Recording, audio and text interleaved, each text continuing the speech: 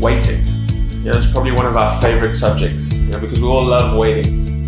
We're in a time now where we're just waiting for stuff. We're waiting for school to open. We're waiting to go back to work. We're waiting for the borders to be open. There's so many things that we are waiting for. As human beings, we just don't like waiting. We're living in a time where everything is so on the go. It's happening now. It's instant. If we don't have it now, we're not satisfied. Instant messaging, instant meals, Netflix, which is television, which is instant. Social media is news instantly. We don't like waiting for stuff. But as Christians, God tells us often that we need to wait. There's around 30 scriptures in the Bible, 30 instances in the Bible where it specifically says, wait on the Lord. Where people have waited for God. Now, why is this? It's because God is all-knowing. God's timing is perfect. His plan, His purpose for our lives is perfect. So we have to wait for Him, wait for His time. Have you ever been to the doctor? Now, going to the doctor is not a cool thing, from the start. But one thing that really frustrates me about going to the doctor is you never get in at the time they tell you that your appointment is. Okay, we always have to wait 15, 20, sometimes even 30 minutes to see the doctor because they're busy people. Okay, but it's interesting when you are in the waiting rooms at the doctor's rooms, there's always a magazine, there's always television on, okay, and that's to keep you distracted, that's to give you something to do while you are waiting. Now, as I said earlier, as Christians, we are asked often by God to wait for Him. And just like in the doctor's rooms, He gives us stuff to do. He gives us things that we can do to pass the time. He gives us things to do to occupy ourselves in that time of waiting. Psalm 27, David was writing in verse 14. He says, wait for the Lord, be strong and take heart, and wait for the Lord. Now here he was waiting for the Lord. What was he waiting for?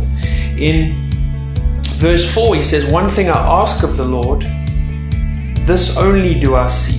So this is what he wanted, right? That I may dwell in the house of the Lord all the days of my life. So he wanted to dwell in the house of the Lord. He wanted to be used by God. He wanted to be favorable in God's sight.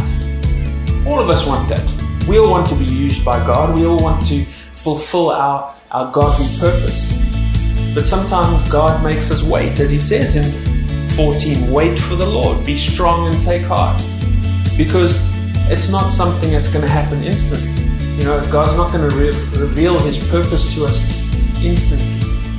In verse 13, he says, I remain confident of this, that I will see the goodness of the Lord in the land of the living. He was confident that he would see what he had asked for.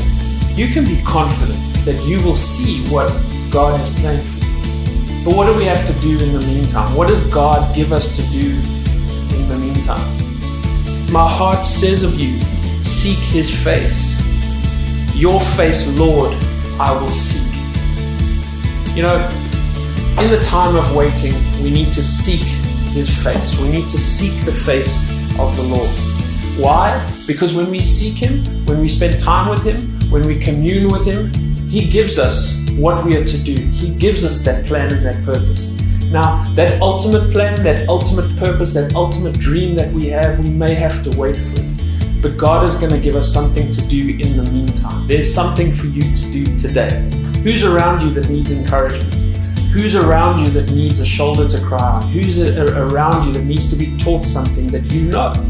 There's so many things that we can do in God's kingdom where we can point them to Jesus in the meantime while we are waiting.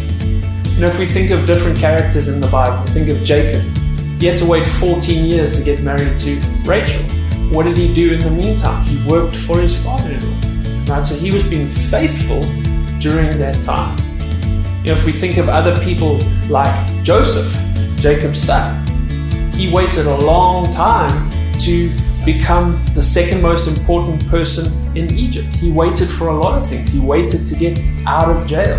What did he do in the meantime? He was faithful to God. He was faithful to what God put in front of him. God will put somebody in your life. God will put something for you to do. You just got to be aware of it. And how can we be aware of it? By seeking His face, spending time with Him, talking to Him daily through His Word. The Bible is full of things that we can do. It's like the magazine that they give us at the doctor's rooms. This can keep us occupied in that time of waiting. I know it's frustrating at the moment, we're waiting for things to happen. But let's use our time wisely by seeking God's face.